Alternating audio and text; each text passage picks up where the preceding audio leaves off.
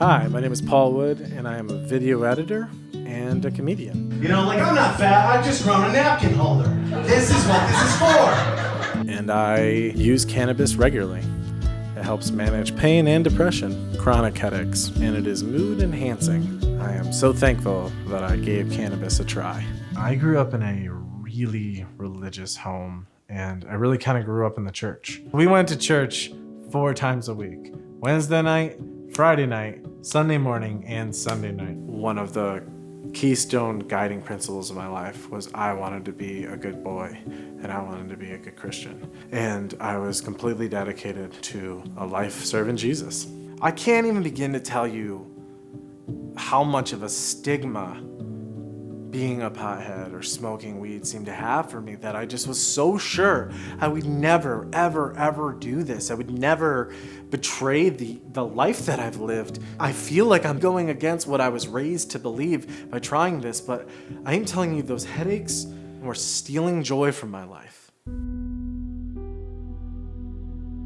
1998, my brother's 14 and I'm 12. My parents decide that my brother is old enough to ride his bike to his friend's house. And on the very first trip he ever took, he died. How do you die on your first bike ride over to your friend's house? That's like getting herpes on your first kiss. That's like getting HIV the first time you have sex. He was heading over to his friend Mitch's house. I don't know, 10, 15 minutes later, I saw ambulances shooting down the way he went. More than one siren going by, cop cars. I had a really bad feeling in the pit of my stomach, and I remember I prayed, and then we got a phone call from Mitch. And he's like, "Hey, is your brother on the way? Like, I thought he already left." And we're like, "Yeah, he left a while ago." He didn't even make it off that road. He was hit by a car. He was taking a left-hand turn and this car was speeding. So if he had been a little bit more experienced of a driver, he would have veered to the right, but he was a younger driver and he ended up kind of turning into my brother. And they said that his neck snapped before he hit the ground. So he was like essentially almost instantly dead. My whole life, I wanted to be a professional athlete. How unoriginal, right? So when I was 13 years old, I was in a little league game. This was about 11 months after my brother died. I was on second base. I was a base runner. The inning ends. I headed in to the dugout. I grab my glove. I play first base, so I'm gonna grab a couple balls to warm up the infield. When I bent down to pick up the second ball, I got clipped on the side of my head with a baseball bat because a team member from the other team had walked across the field to time pitches. I get hit in the head with his bat, and I don't even feel that because my body goes into shock. I am on the ground. I think I've turned my ankle. And I try to get back up to my feet, and I've closed my eyes in dismay, ashamed that I've just fallen over. And when I opened my eyes again, the entire world was spinning. Like, you know, Batman style, where it was like, that kind of thing. It was just that, but it wouldn't stop. It was like, as people rushed up to my side, I couldn't tell if they were coming from the left or the right because I'm on the ground and the sky and the dugout, the backstop is just spinning. I can't even understand what's happening to my body. This is the worst ankle turn I've ever had, apparently. And then someone finally informs me, "Oh, you got hit in the head with a baseball bat." I'm like, "Oh, okay, so that's what's wrong." I can move my hands and my arms and legs and everything's fine. It's just I can't walk. I'm too dizzy. So then someone says, "Hey, we need to call an ambulance." As they're getting me on the stretcher, just the action of getting me on the stretcher made me feel so nauseous. I told them that I was gonna probably need to throw up. So they literally took the stretcher and held it at a 90-degree angle on the ground. And then I threw up, like literally like this, sideways, head all like, you know, restrained and stuff so it wouldn't move. And I was going, "Ugh!" Someone told me months later, like, yeah, your vomit stains are still there on the third baseline. We could still see where you threw up. They get me on the stretcher, they get me on the cart, they're carting me to the ambulance. I vomit for 6 hours straight. I'm in the hospital for 6 days. I have to learn to walk all over again, which is very interesting to be 13 and be that humbled. You're told, "Hey, you need to sit down in the shower because if you stand up, I mean, you're gonna slip, you're gonna fall, you're gonna hit your head, you might die. You are a fragile little egg and it's been cracked." So I have a cracked skull, I'm deaf in my right ear, and I had to learn to walk all over again. And what I didn't know at the time was that I was going to have chronic headaches the rest of my life. I have chronic head pain at times, not every single day, Most days there's some headache though. I'm really sensitive to light. I think a boxer would refer to it as a weak chin. I get concussed easily. Even sometimes without getting a head injury, I will still have concussion-like symptoms post-workout.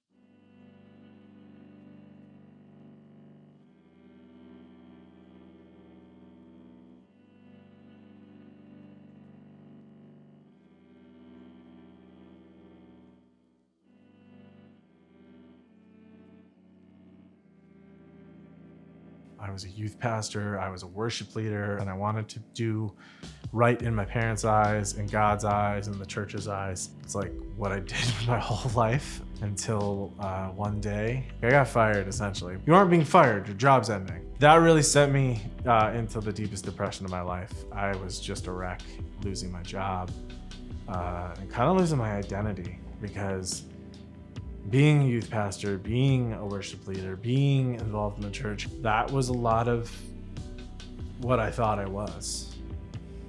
Like, in some ways making this video has been hard because, like, for a straight guy, a public announcement about using cannabis feels like the closest thing I'll ever get to like coming out of the closet. Instead of dancing around flamboyantly with some sequins shirt, telling you stories about my good friend Mateo and how great he was on vacation, I'm coming out of the closet with a cloud full of smoke. I know that might seem a little bit ridiculous, but what I am telling you is I'm a 37-year-old man who didn't try marijuana until I was 35. And I'm begging you, if you know my mother, please don't show her this video.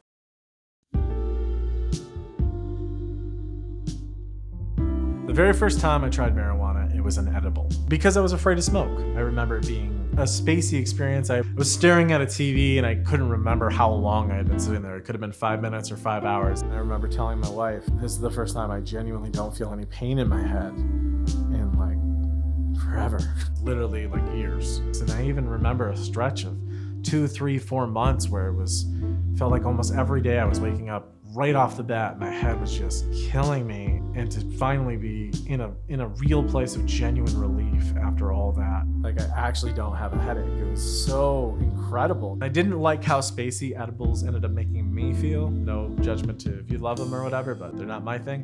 Like a week afterwards, I tried smoking some weed with a friend, and I loved it.